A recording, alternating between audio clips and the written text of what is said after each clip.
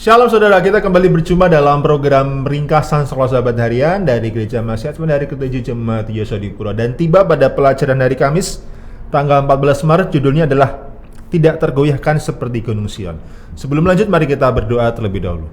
Bapa di surga, kami mohon Kau boleh menolong kami untuk mengerti firman-Mu. Dengan begitu kami memohon agar Roh Kudus-Mu Kau kirim untuk membimbing kami. Dalam nama Tuhan Yesus kami berdoa. Amin.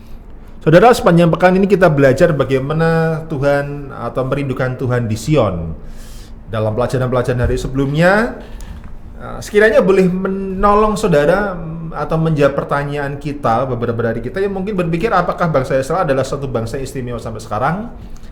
Dahulu kala memang mereka adalah bangsa pilihan Tuhan. Sion adalah nama lain dari Yerusalem, dan karena Israel dulu adalah bangsa pilihan Tuhan, maka Yerusalem adalah sebuah kota pilihan saudara.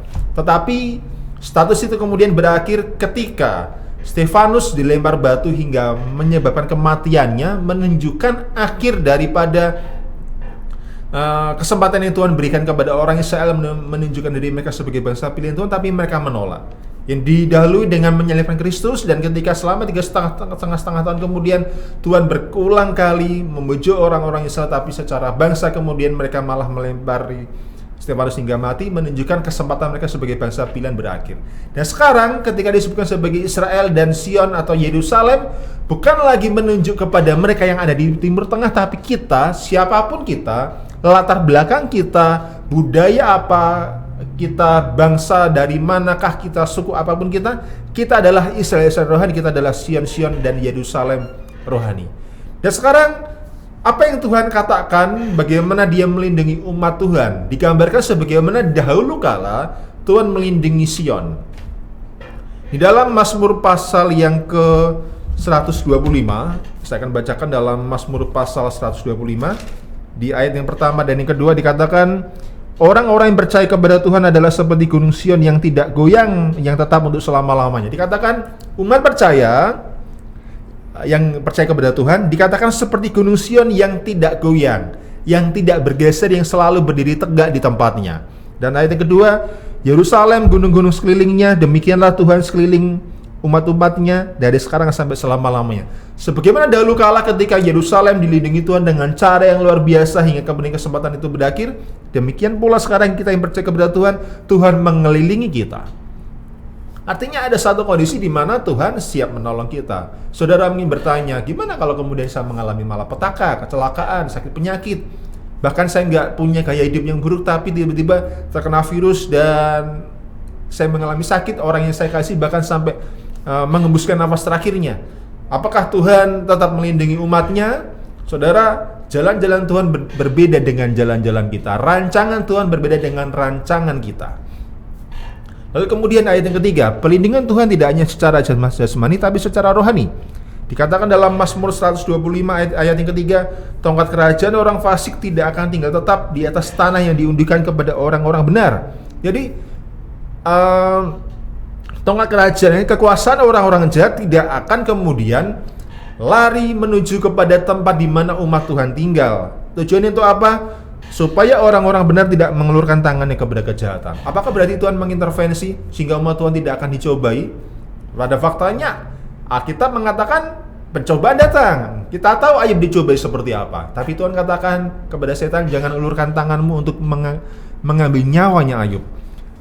Dan disitulah Ayub kemudian dengan pencobaan yang luar biasa, dia tetap menyatakan iman percaya kepada Tuhan. Sehingga saudara, kita lihat di sini bahwa Tuhan siap untuk melindungi kita dari segala pencobaan. Dia tidak akan membawa kita kepada pencobaan agar kita tidak mengelurkan tangan kita kepada perbuatan jahat yang dibuat oleh orang-orang fasik berdasarkan Mazmur 125 ayat yang ketiga. Tapi tidaklah kemudian Tuhan mengintervensi sehingga umat Tuhan tidak akan mengalami pencobaan sama sekali. Setan terus mencobai kita tiap hari. Tapi harusnya kita akan membuat pilihan yang benar saat kita membaca ayat yang keempat dan yang kelima. Lakukanlah kebaikan, ya Tuhan, kepada orang-orang baik dan kepada orang-orang yang tulus hati. Ya, Tuhan siap melakukan kebaikan kepada mereka yang baik, yang percaya kepada Tuhan dan yang tulus hatinya. Dan ayat yang kelima, tetapi orang-orang yang menyimpang ke jalan yang berbelit-belit, kiranya Tuhan mengenyahkan mereka bersama-sama orang-orang yang melakukan kejahatan.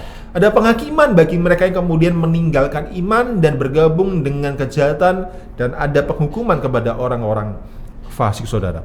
Dan saudara, dari apa yang kita baca pelajaran hari ini, bahwa Tuhan siap membuat kita tidak tergoyahkan, berdiri tegak seperti gunung Sion. Tuhan siap melindungi kepada barang siapa yang percaya kepadanya. Sekali lagi seperti yang saya katakan di awal, kadang-kala ada hal yang tidak kita harapkan terjadi.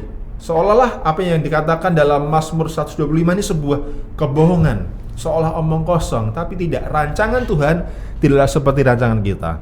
Apa yang dalam pikiran manusia mengenai berkat, tidaklah dalam konsep Tuhan mengenai berkat yang Dia mau berikan kepada kita. Bisa jadi berkat itu datang dari satu hal yang sulit, satu hal yang sukar. Ada sebuah berkat yang mana akan membawa kita ke surga pada akhirnya nanti.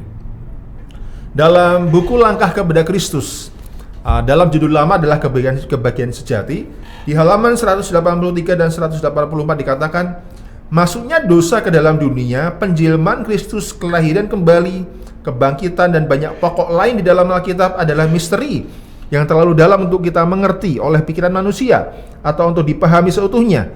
Jadi ada banyak hal misteri yang kita manusia pastinya sukar untuk memahaminya, karena jalan-jalan Tuhan berbeda dengan jalan-jalan kita. Namun dikatakan demikian ayat yang berikutnya, kalimat berikutnya. Tetapi kita tidak memiliki alasan untuk meragukan firman Allah hanya karena kita tidak dapat memahami misteri pemeliharaannya. Jadi jangan biarkan ketika pikiran kita tidak bisa menjangkau cara-cara Tuhan, katanya berkat, katanya perlindungan, tapi saya mengalami sesuatu yang buruk. Tapi ingat, itu misteri yang manusia tidak pernah bisa pahami. Dan karena misteri itulah kemudian kita bisa membuat diri kita berpikir, kalau Tuhan bisa dijangkau, ya Dia bukanlah Tuhan. Kalau Dia bisa kita mengerti sama seperti saya mengerti saudara, atau saya mengerti istri saya mengerti saya, ya Dia bukanlah Tuhan. Tuhan adalah sesuatu oknum yang jauh di atas kita dalam hal perencanaan dan juga pemikiran. Di mana-mana terdapat keajaiban yang tidak kita pahami. Saudara, ada pula keajaiban mujizat yang tidak kita pahami. Itulah karena jalan Tuhan adalah bukan jalan manusia.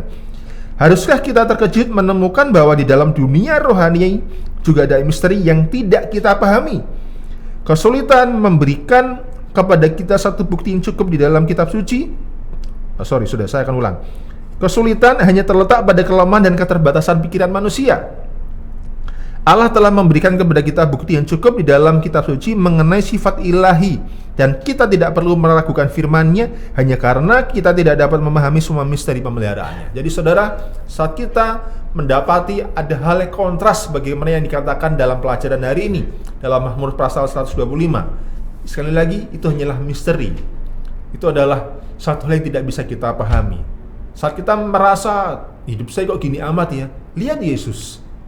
Dia di kandang domba, dari Tuhan menjadi manusia, mengenakan kondisi manusia yang sama dengan kita, lahir di kandang domba, kematian dengan cara mengenaskan, dia bertumbuh dari kecil hingga dewasa sebagai anak dari seorang tukang kayu.